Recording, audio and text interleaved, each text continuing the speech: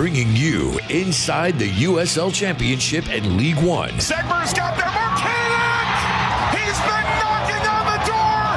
He knocks it down. Diving into all the biggest stories and top headlines. You are ripping and roaring today. This is USL All Access. It's almost impossible to recreate that level of magic. With Mike Watts and Devon Kerr on SiriusXM FC. Welcome, everybody, to a new edition of USL All Access. A very happy Tuesday, wherever you might be. I hope you haven't dealt with any extreme heat or flooding or the like, as we have over the last few days. We've got plenty to talk about. It was quite the weekend in the championship. 28 goals over 9 matches on Saturday. 5 upsets. Truly a remarkable weekend. Robbie Nielson's going to join us. He's the head coach of the Tampa Bay Rowdies. Turns out you just plug any Scottish man in there, and all of a sudden you get some pretty decent results. With Devon Kerr and Emmett McConnell, Mike Watts, Demmit. Is that what we're doing now? We're combining names, Demmit and well, I guess it would be Emin for him, wouldn't it? Emin, yeah. Emin. Devon, I think I may have short-circuited in the heat in Kansas City, and I don't know that I've entirely recovered from my Friday night game. So you went to KC, hot as can be. Usually you're in South Florida, pretty hot. How would you compare the two? 90 and 70% humid, but the sun was extraordinary. Really? Even by Floridian standards, the sun was extraordinary. Interesting. And I went from South Florida that was basically under rain. I heard a stat, by the way, that said from Tampa south, and the worst of it was like on the southwest side, but southeast was really bad as well. No one got less than 1/10 of an inch of rain, and it went close to 0.4 inches, almost 1/2 an inch. Pretty crazy. And then I went to New York, and my game on Friday night was actually delayed because the rain followed me there.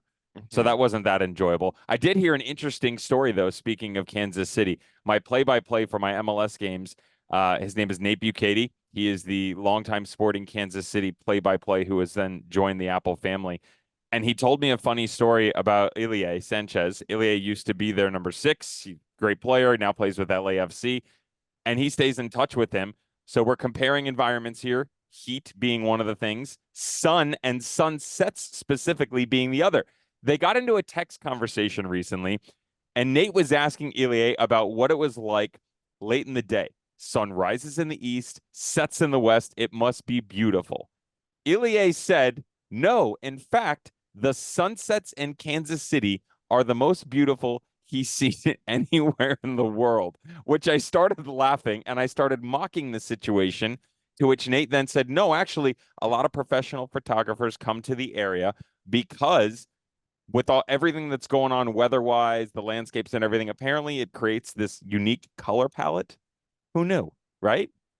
Then who knew? But I did come up with a quote, and actually was one of the Spanish gentlemen that I was working with on the Spanish side of play-by-play, and he said, he was laughing, and we were giving Nate and Ilie a really hard time, and he said, go for the barbecue, stay for the sunsets. This is Kansas. All right. Well, why would you go to Kansas for a sunset? I don't know. Good. I personally did not do that, but I will keep an eye out next time. Okay. Thank you for that, Ilie and Nate and Devon and the gentleman that was with you in New York. Anywho, Dev, let's dig into the week. No sunsets involved in this. Actually, most of the danger came after dark. 9 goals in the final 10 minutes of games this weekend, including the winner between the Rowdies and Louisville. Dev, you wrote, did I miss anything? I don't think anything substantial, but we're going to talk about the week anyways. Yeah, let's do it. I'm in. All right. Indy 11, 8 straight wins now. Kendall Burks. So sometimes you get the rub of the green, like an own goal in the 29th minute, and then you make it stand against San Antonio. It's now tied for the 5th longest streak in the history of the league, 8 straight wins. To your point, Devin, 6 different teams, 6 different clubs have actually done that before. What do you make of the Indy San Antonio result? It finished 1-0. It was ugly, and I just felt like it was one of the ones that you came out of it, and if you're an Indy fan, you kind of just brush it off and go, thank you very much, because the ball bounced your way. It's that simple. They didn't play well. They weren't clean on the ball. They didn't create as much. San Antonio, I felt, was the better team. I thought the stat that you wrote down here was interesting. It's the first time they've lost 3 in a row since 2020. That's certainly a long time for San Antonio. But off the top of your head, can you remember? Because I thought losing 2 in a row, the stat that you have was actually more impressive. When was the last time they had lost 2 in a row prior to this third one? Do you remember? It was that streak. That is, to me, that's more impressive. Mm-hmm. Like, I get it. 3 is bad and all that stuff, but people lose back-to-back games all the time. Mm-hmm. And now all of a sudden San Antonio's went 3.5 years without doing it. Yeah. If you're Sean McCauley, you take it, you move on. It's kind of one of those ones that just pops up. Look, you're not going to be perfect every single time you go out. But I was quite taken about 6 different organizations because of everything that we've seen in such a repetitive nature. Teams being successful, your Louisville's, certainly Cincinnati for the brief moment that we're in, the Tampa Bay Rowdies. Now we're starting to see it a little bit with the Charleston Battery, right? Phoenix Rising, the Monarchs of old. There are just so many teams that were involved. I'm shocked that it's 6 different organizations overall. I thought there would have been a repeat in there with teams. Yeah, and where's Louisville? Of all the success, right? Louisville's not even in it. Well, how was right? Was Pittsburgh, the way they've been, Sacramento. I mean, like there's some powers that haven't pulled that off. The 2022 Louisville team that made it, the one the Eastern Conference, they made it all the way to the final. Obviously, they lost to San Antonio that year.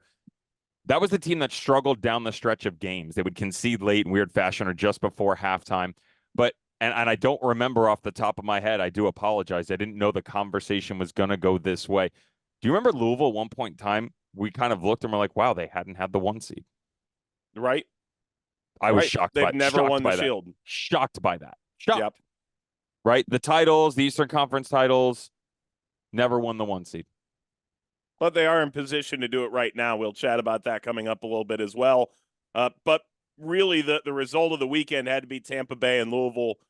And it's not Louisville winning that game. It puts Tampa Bay right back into a fairly envious position trying to chase them down. There's a long way to go. Of course, Louisville 3 points clear of everybody with at least a game in hand and all the teams beneath them, which they'll play on Wednesday night. Arteaga and Jennings both score. They are both approaching double-figure goals now. Dev, it's for the Rowdies, along with the Sacramento win that knocked them out of the unbeaten.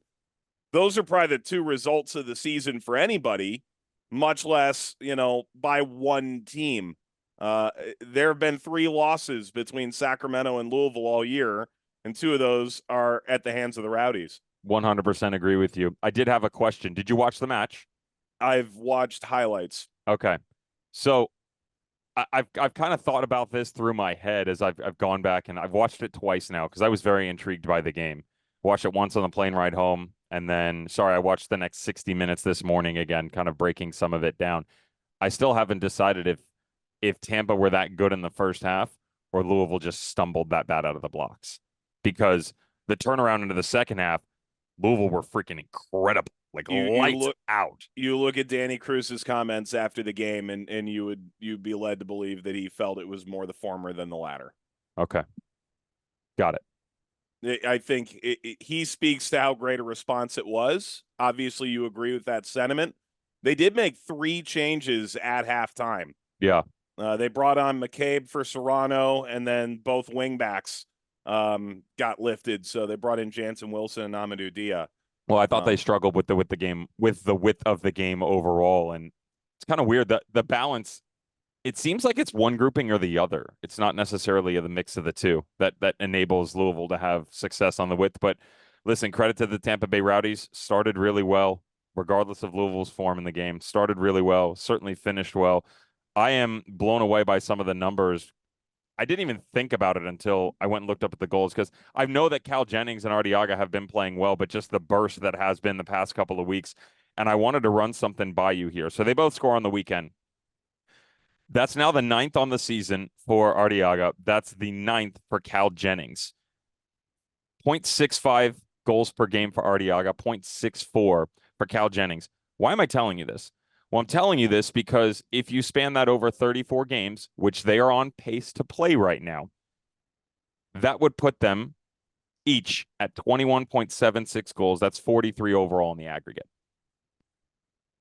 That duo, if they ended up even over 40 goals, it'd be the most all time in a USL Championship by a pairing. in a single season. I'm not shocked by the numbers.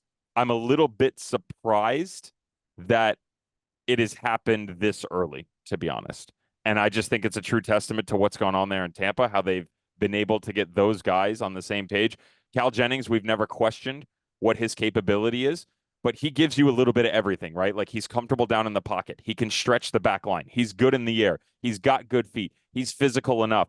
And with Arteaga coming in, his season last year with Danny Trejo in Phoenix, you don't want to call it a blip on the radar, but you had never seen numbers like that. And you didn't know if it was going to be replicated in Tampa. And yet those two, to me, forget the numbers, the way that they play off of each other, I like that pairing better than I did the way that Trejo and Arteaga combined in Phoenix. All right. Robbie Nielsen's going to join us shortly. He's the head coach of the Rowdies after their 3-2 win over Louisville that puts them into the top 4 in the Eastern Conference. Dev, meanwhile, let's chat about Memphis for a moment, shall we? 2-1 win over New Mexico on the weekend. They get 2 goals right around the half-hour mark. There is a late Greg Hurst goal, but ultimately Memphis take down the number 1 team in the Western Conference. All of a sudden, Marlone's the player of the month. Stephen Glass has this team defending at a really high level, and they're finding goals, and it's not just Marlone. Marlone didn't even score over the weekend, and they just took out number 1. No, but getting him off the wing and bumping him up into the 9 has been everything for them. Stephen Glass addressed it as well, and I agree. You watch from afar, and his capability has always been in the attacking third, of course, but it's kind of where do you unlock him, not the team? Where do you find the best way to unlock his talents? And so pushing him up top in the 9, to me, it gives him more freedom. And defensively, he can exert his energy in a different manner. It's not as much about marking and what's going on behind him as opposed to the pressure that he can apply to help unlock things beneath him. Then all of a sudden he turns. He's so good at playing on the half turn, great vision. He's responsible in the window of the month of May for their unbeaten run. 8 out of the team's 10 goals. I mean, what more could you ask for right now? Consistency is going to be one for me in the long term because they did tweak it a little bit. I believe it was 2 games back, and he didn't look as good. But even more so, we had a chat behind the scenes with Nicholas Murray, and he kind of poked us a little bit about Memphis. I've never had an issue with Memphis and what they're capable of. I just need to see it from multiple games in a row, and we normally don't get that, right? Like when you historically go and look at the teams that chase success within this league, it's not about a winning streak of 10 games or an unbeaten streak of 12. It's about being able to put together 3, 4, or 5 really good performances. If it turns into wins, absolutely. And most of the winners in the past have won 4 games in a row. But if you look at El Paso 2 years in a row, who cares about, winning 5 or 6 games and going 10 games unbeaten? Didn't get them anywhere. Colorado Springs, same things back in 2021. Now that's a team that worked itself into 5th, if I'm not mistaken, and went on the road, had a first-round upset, but then bowed out. They had Haji Berry in his MVP season. This is just finding a way to put together quality performances. I've seen good wins. I haven't necessarily seen them play teams off the park. Well, Memphis ultimately outshot in that game, out XG'd, but it's irrelevant. They beat New Mexico 2-1. Dev, there was one midweek game that you had your eye on this week. It was the aforementioned Memphis Rhode Island team. You've got plenty to add on this. I found some of it so intriguing because it's kind of Rhode Island season in a nutshell, right? First of all, 2-0 heading into the 90 minute. They give up 2 goals in stoppage time. First off, there's 14 minutes and 15 seconds of stoppage time. So there's that. There were reasons within it as well, but I'm not going to digress because I know we're tight on time. I say all of this because 2 days later, mind you, all of these draws that are coming for Rhode Island, they're frustrating because they've come from behind, they've been out in front, and they just can't seem to get themselves over the line, and they've got quality performance. But 2 days later, Rhode Island was holding an event at their Future Stadium location. People were concerned about possible delays and what it was actually going to look like, and Cano Smith was there.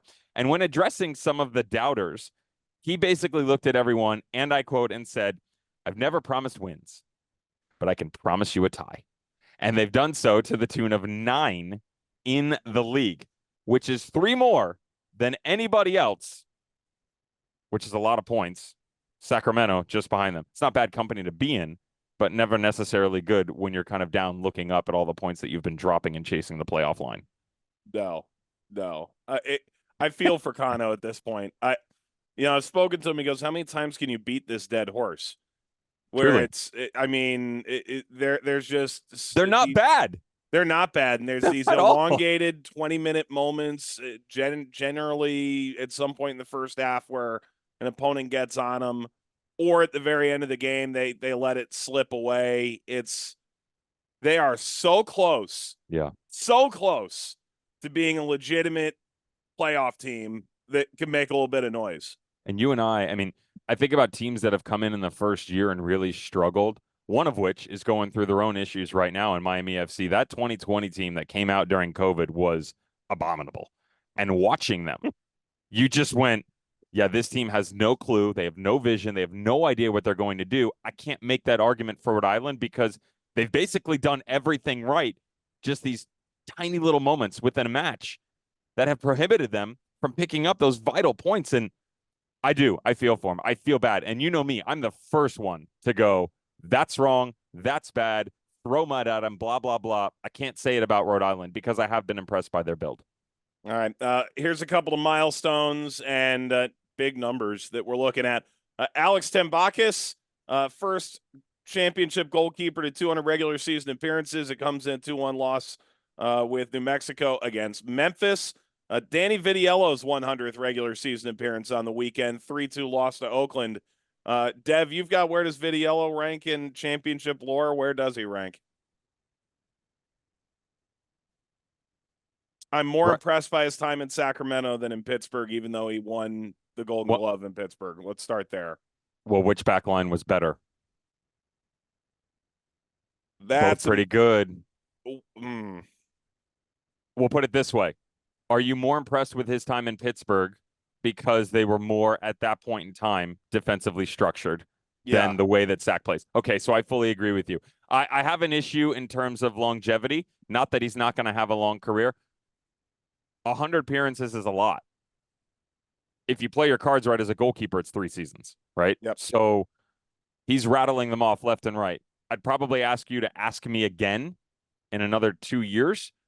But if I could have my pick of the litter of goalkeepers, I'd put him in top 10 all time right now. Yeah, it's probably in that ballpark. Would you go higher? No, not yet. Okay. Not yet. Any Pittsburgh goalkeeper needs to do something a little more substantial outside of Pittsburgh to get there. Dev, Jeremy Gray gets to 100th regular season with El Paso. 1-1 draw against Phoenix. Worth noting, El Paso now has dropped 15 points from winning position. That's most in the league, which tells you a lot. Liam Rose, by the way, welcome to the 8 Card Club. Devon's a big part of it.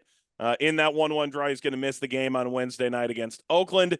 Ali Coote had an offer back in Ireland, and so he has mutually parted ways with Detroit. So that's a little jangle in Detroit's pocket. It's also another player there without.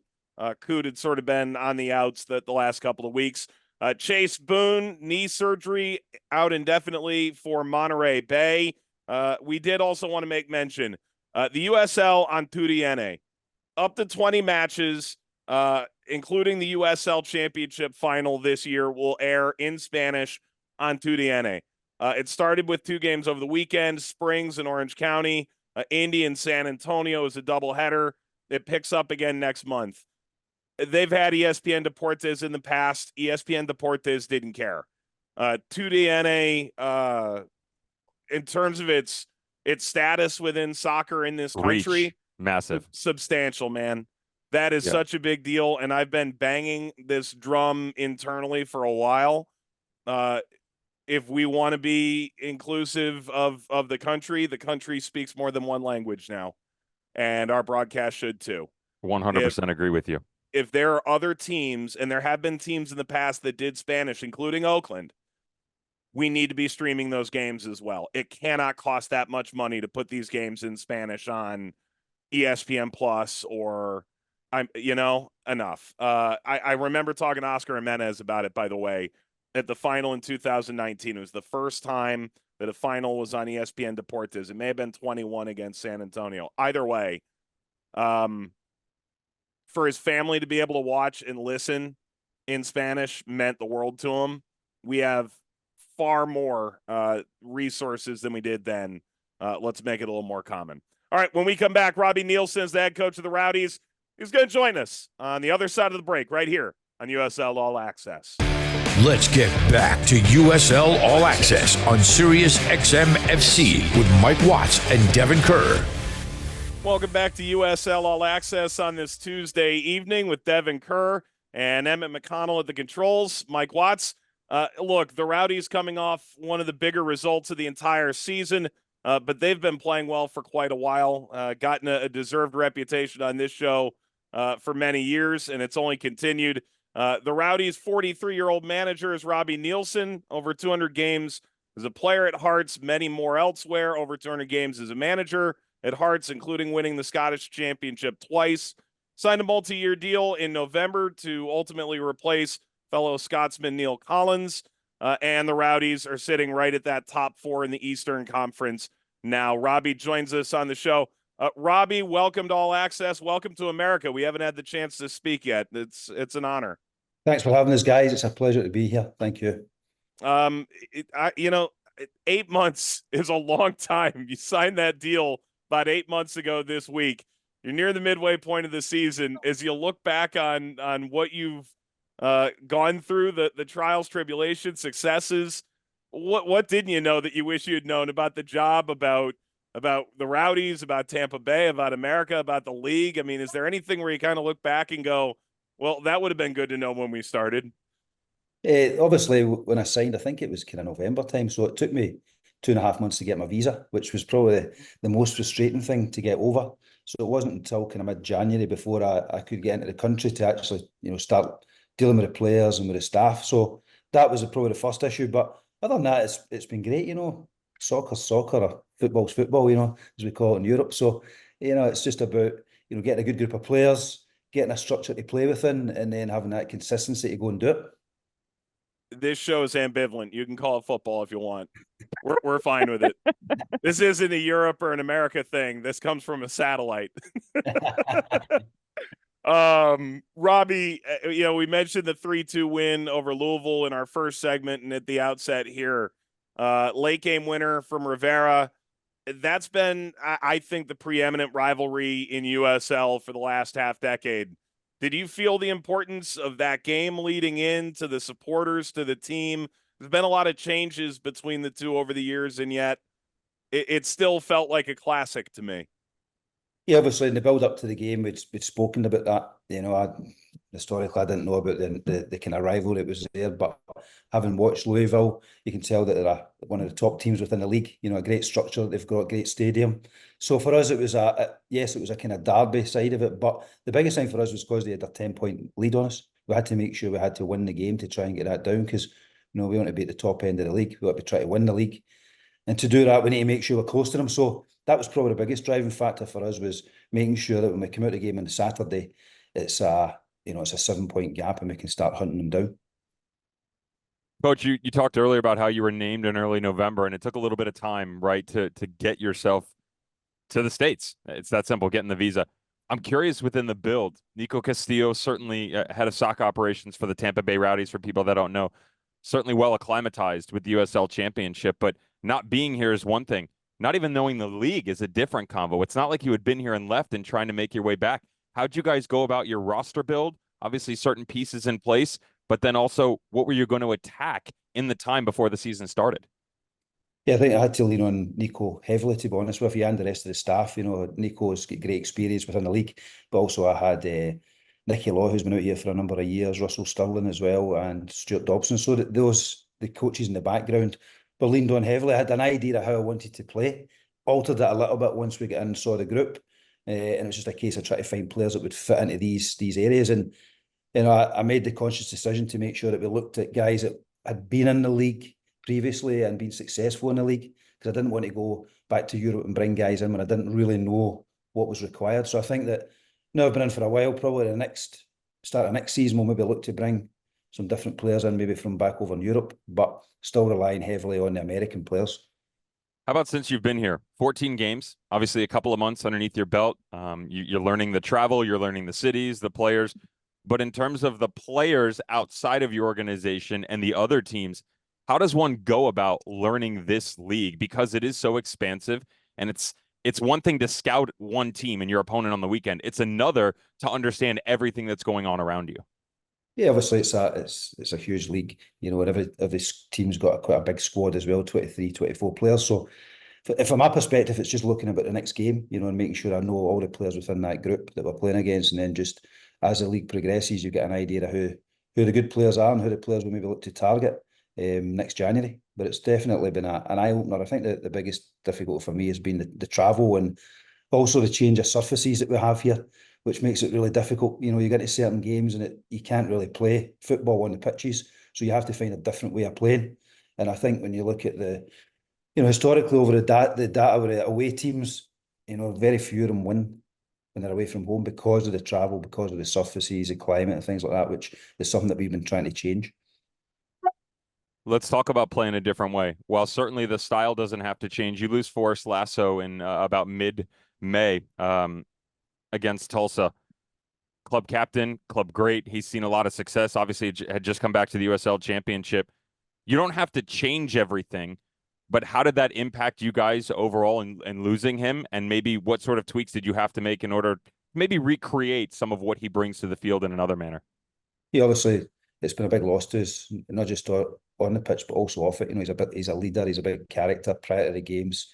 You know, he's motivating the players, which he's still doing by coming to the home games, which is really important for us and in the training ground. But yeah, we miss him from that physicality. You know, we've been playing 3-5-2 recently. Hasn't really altered the way we set up.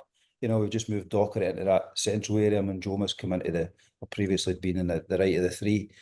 At the moment, he's moved over. So actually, tactically, it's no changes, but I would say the physical side of it, you know, we lost 2 goals from set plays on Saturday there against Louisville, which, you know, potentially if Forrest was there, we wouldn't lose these goals because he's great at making first contact, but we just have to adapt. Coach, let's go to the other side of the pitch. Mike Watts and I talked about it in the first segment. Statistically, the numbers that are being put up by Cal Jennings and Manuel Arteaga. My biggest question coming into the year wasn't about the talent of the two, is what the relationship was going to look like, because they do have similarities, but they're also very different in the profile of players, and kind of how do you get that relationship to get up to speed?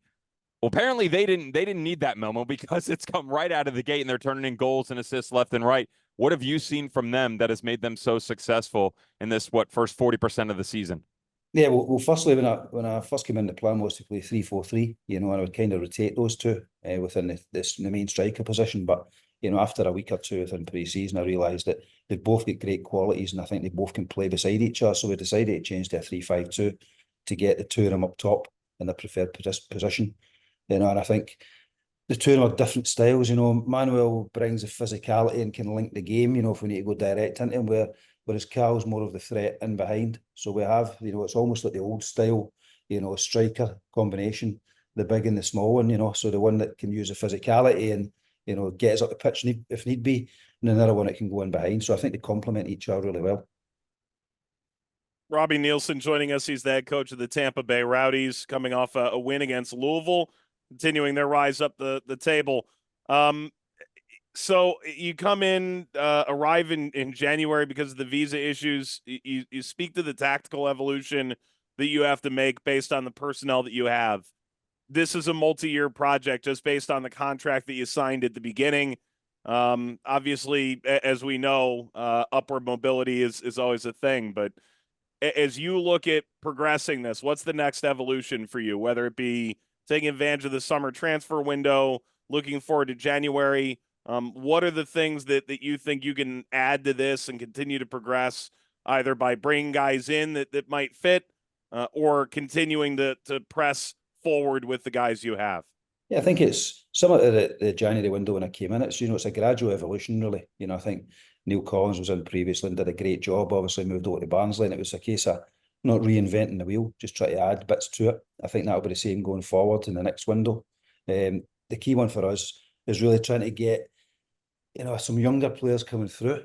You know, we've got Ortiz has been running about us. We've brought Worth in as well. We've got a few younger ones within the academy project. And so the next step for us is to start a second team or a reserve team, which we'll play, and we can start to develop these guys and then hopefully bring them into the first team and then create value within these players and start trading players as well, which I think is really important for us.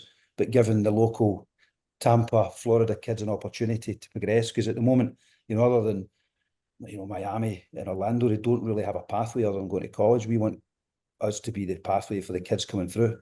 Some good youth setups here. To try to filter into them and try and bring their best players in, and then we can try and progress them. So that's probably the next step for us. Is that? Yeah, there are enough good kids in Florida for sure to fill up a number of reserve teams and eventually pro teams as well. Robbie, I do want to, I guess, Dev, is this the potpourri area of this interview now? I think we're getting ready. Yeah. Are you starting the lighthearted part, or do we want to look over my shoulder and chase something behind me? You can go first. I'm happy to lay out the red carpet. No, let's lead with this. Scotland drew the low card. They get Germany, the host country, in the Euro opener, and then Switzerland and Hungary still to come. How closely are you watching the Euros, Scotland specifically? And I mean, the good news is America makes almost all of it free to watch. Must be an enjoyable experience watching from afar. Yes, it's been good, to be honest. Like, I noticed the can of Irn Bru at the back there, so remind me of home. So it's been we always knew, like, getting to Euros, getting to any big competition for Scotland is an achievement in itself, because we're quite a small nation, we only get 5 million. So Steve's done a great job to get there. Difficult first game against Germany, the home nation, opening game. It's always going to be tough, and I think if we looked at it, the second 2 games, Switzerland and Hungary were the most important, because we can still get through. The way it's set up this year. We take probably 4 points out of that, we'll get through to the next stage. And if we do that, that'll be the first time we've made it out of group ever in the history of Scotland. So still a lot to play for. Difficult night on Friday, but on to the next one. Your predecessor, Neill Collins, was kind, as you are, to share time with us regularly. And he used to always talk to us about Irn Bru. And he was kind enough to gift us these back at the 2021 USL Championship final. That was the trip that Irn Bru for the lads was kind of the theme for the team that made it all the way there, falling just short. He described it as liquid gold. Now, I've partaken in it a few times. Would you describe it in a similar manner, or do you have a different take on it? To be fair, that's a good take on it. It's we call it the amber nectar. So for us, it's it's good stuff. It's good stuff. I wouldn't recommend drinking too much of it, every day, because it's got plenty of sugar. We have a thing in Scotland where we're able to make sugar more sugary in some of the stuff we have. Irn Bru and tablet, but it's a fantastic drink.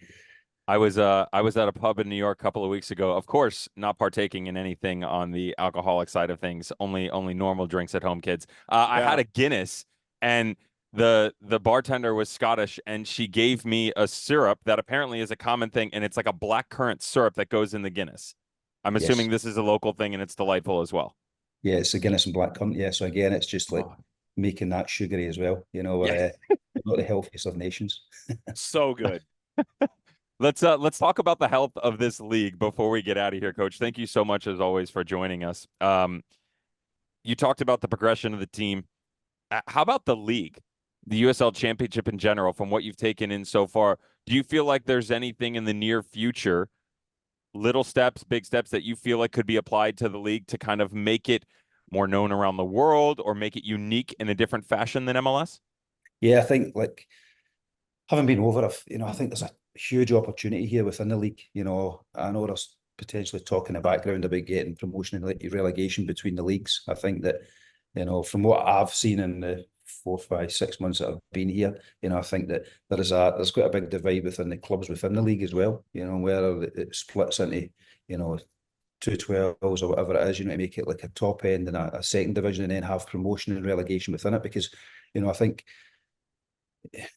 a lot of the American market is, when you look at American football, ice hockey, basketball, great sports, but they're not really competing against any other continents. Whereas in football or soccer, we're competing against the European market, the South American market, and we need promotion and relegation. We have games. I watched quite a bit of MLS last season, and you had teams who, 4 months into the season, they're bottom of the league and they just give up in the season because they can, see it out and start again next year. Whereas if you have that promotion and relegation, every game is important. There's competition at the top, competition at the bottom. So I think if that could come in, it would take the USL to a different level again.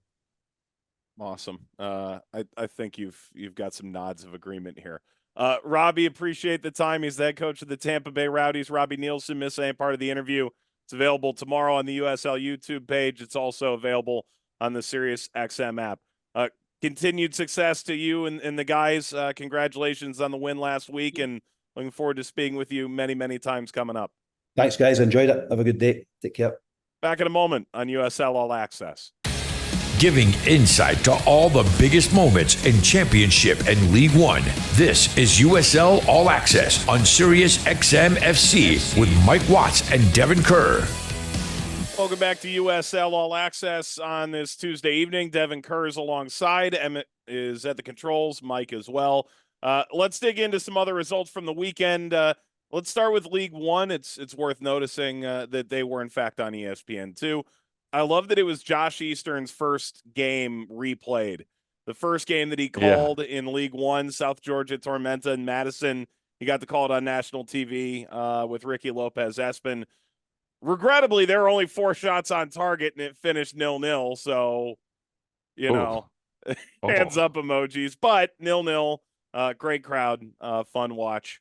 Congrats, Josh, on 5 years in the USL ecosystem. Before we dig further, worth noting Super League, congratulations to them. They've got their TV deal, or streaming deal as it may be. All their games this coming year, they start in mid-August. Just 2 months from right now, will be on Peacock alongside the Premier League and a bunch of other properties that NBC has. So super cool for them. Congrats to Amanda and the entire Super League group. Let's chat about some championship games. Loudoun finished 1-1 with Las Vegas.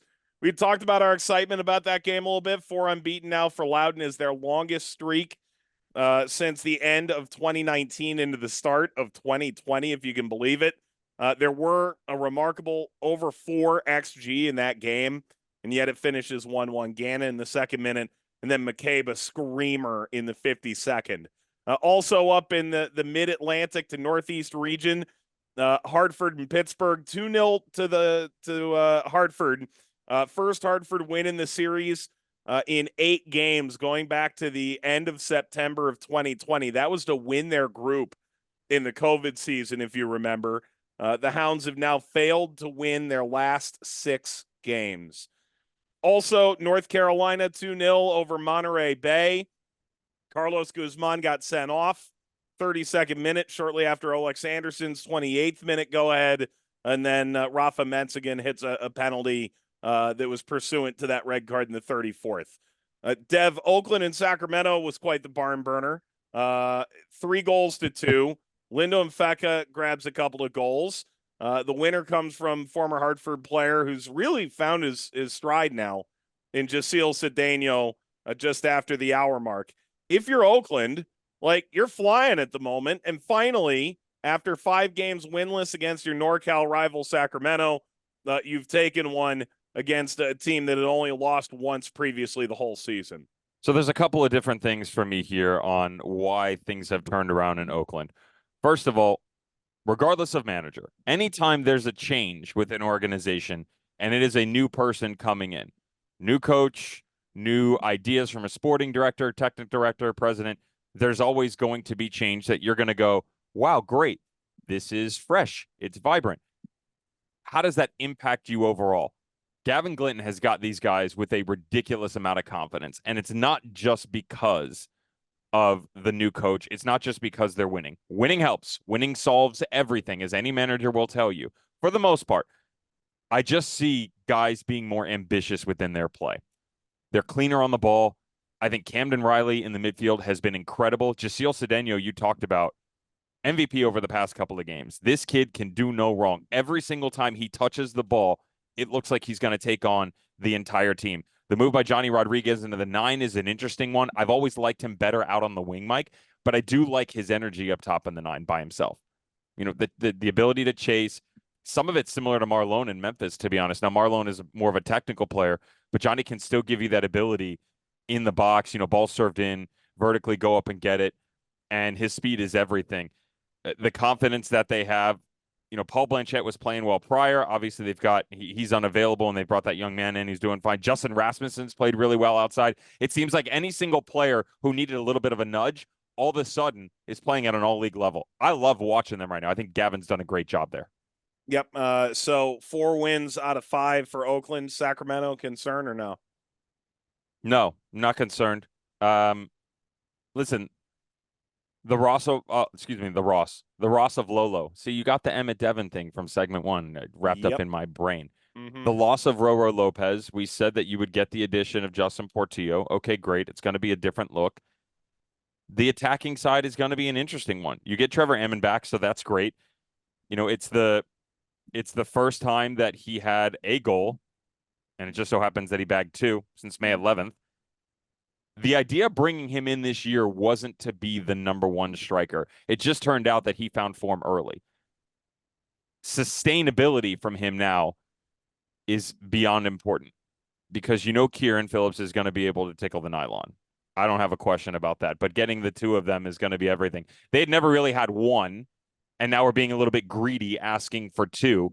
But with the change of Roro Lopez, the way that they're going to be creative, you need to have the 2 of them. I'd actually like to see the 2 of them working together a little bit more, playing together, given more minutes, as opposed to just the 1 off and 2 underneath. We'll see how that works out long term. That's one of the things about the Justin Portillo trade is that bringing him in, it gives you the idea that you don't necessarily have to play with 2 10s or 2 wingers. You could play with 2 strikers, drop 1 underneath, and then go chase the game. Well, we'll see if that's Sacramento's approach moving forward. Detroit, back-to-back wins, a couple of goals in the last 10 minutes, grab all 3 points from the Battery. This is the first time Charleston has been held without a shot since they got Pulis in July of 2022 against Miami. That being a shot on target, of course. It's now 304 minutes without a goal for them. Before we get to Detroit, it was really fun while it lasted with Nick Marcanic, with MD Myers started to score. It was fun while it lasted. They just need to find that spark again. I've got, how many goals does Nick Marcanic finish with? I mean, we said this before. Yeah. 14, 15? Yeah. Did we say that on air a couple of weeks back? I think you and I were having that conversation off air, but it's one of those, like, you want to talk about a heater. Like, coming into the year, if he would have gotten 10, you would have been ecstatic. You would have been ecstatic. Now, here's the better question. Would you, I know the answer for me personally, if I was the manager, would you have rather have gotten what the output has been and then go dormant? 100%, right? Like, but listen, you don't need him to go now and go, oh my God, he scored 12 goals in whatever it was, 7, 8 games, whatever ridiculous number it was to start the year. You don't need him to now do that. I do believe in what's there, especially on the attacking side, probably more so than, well, that's not fair because defensively they're pretty impressive. I was going to say more so than the back line, but that's not true. You still need something out of everybody else. I don't know if you're going to be able to get double digits, decent numbers out of MD Myers or Jackson Conway. Jackson, I don't see it. I hope so. I truly do. Like, when we have these conversations, most of what I'm talking about, Mike, one is Jackson Conway hasn't given you those numbers since he lit it up for Atlanta United. Was that 2020? Atlanta United 2, was that 2020 or 2021 for Jackson Conway? Either way, he had this blip where he was really, really good. And then I do believe that his development got stunted a little bit because he played so well that he wasn't needed for the 2 team on a regular basis, but he was stuck in this gray area that he wasn't getting reps with the first team. So he's kind of just like training all the time and not getting games. Now that changed a little bit, lost confidence. It didn't go well for him in Phoenix. Now he's stuck behind a couple of players. It's different looks that they're going to give you. You can't gain confidence from a striker bringing him in for 10 minutes at the end of every single game. It's that simple. Those guys operate in a different fashion, right? Like, their mentality as a 9 is not that far off from the confidence that you build for a goalkeeper in net. Mm-hmm. So maybe that rests on MD Myers. His sample size in this league, I believe that he has the capability to score 12 to 18 goals multiple times. Absolutely. I see that out of him, the way that he plays. It's a confidence thing. It's a blip, and I think eventually they're going to get back on track, but you're not going to get that output from Marcanic again. Grimwis got back in that game. Still no Palma, no Arturo Rodriguez in that game, no Nate DeSantos, nor Juan David Torres. That's about a quarter of their available So Ben Pierman professional played. players. Yeah, it got dang close. Lee Cohen was in the 8, Ben Pierman was in the 6, and that's how it ended up. Yep.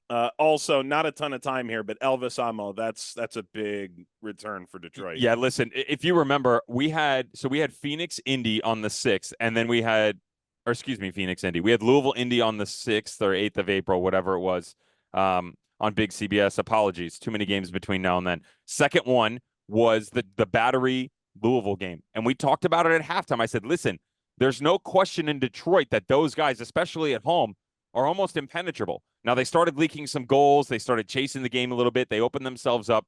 But this team is going to be about being compact and finding a way to nick goals here and there on the other side.